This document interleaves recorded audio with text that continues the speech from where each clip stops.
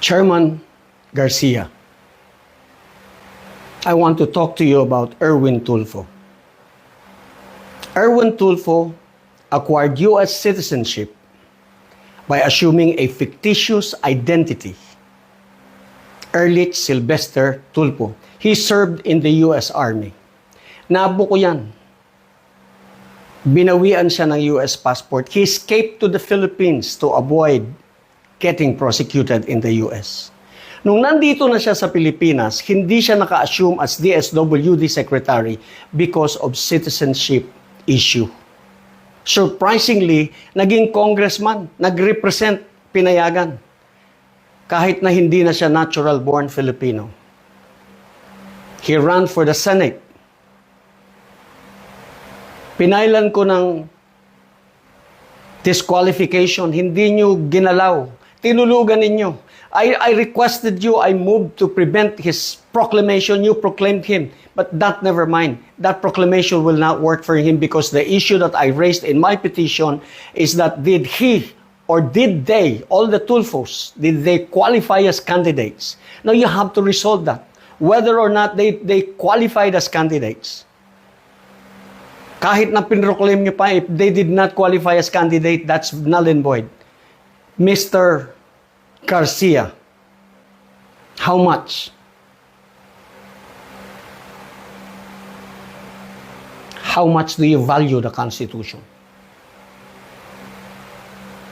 Violation po yan. You allow a person, a fugitive in the U.S. to sit in our Senate. Are you proud? You proud of yourself? Alam mo ba kung bakit natural-born citizens lamang ang pwedeng maging senador at congressman? Presidente na rin, tsaka vice-presidente. Pero ang pinag-usapan natin ngayon, senador, alam mo kung bakit natural-born citizens lamang ang pwede? Para hindi tayo maghalal ng Pilipinong gumawa ng kabalbalan sa ibang bansa at pagkatapos magbalik dito, tatawagin pa nating honorable. Naunawaan mo ba yan?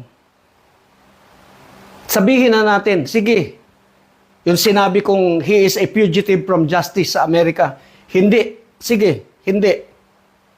Kahit na nag-submit siya ng falsified documents para makakuha siya ng US citizenship and therefore he violated US penal laws.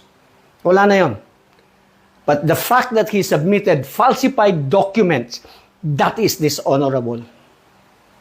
Tapos, ngayon, senador natin, tatawagin natin honorable. Naunawaan mo ba yan, Mr. Chairman? We can do that, pero you rule on my petition. Pag-usapan natin, let the Supreme Court decide. Let the Supreme Court say, yes, he can be addressed as honorable. Yes, he can sit as senator of this country. Hindi pwede yan, Mr. Chairman. Hindi rin pwede yung sinasabi mong mawawalan ka ng jurisdiction at mapupunta na sa electoral tribunal kasi hindi kasya sa mga araw na natitira. Are you serious? Umpisa pa lang sinasabi mo na mawawalan ka ng panahon eh. Paano kang hindi mawawalan ng panahon? Hindi mo naman pinapansin yung aking petition. Just rule on it. Whatever. So that I can elevate it. I don't need to go to the electoral tribunal. Do you understand the issues? The issues are for us. Filipinos. Rule on my petition, Mr. Chairman. That's all I ask of you.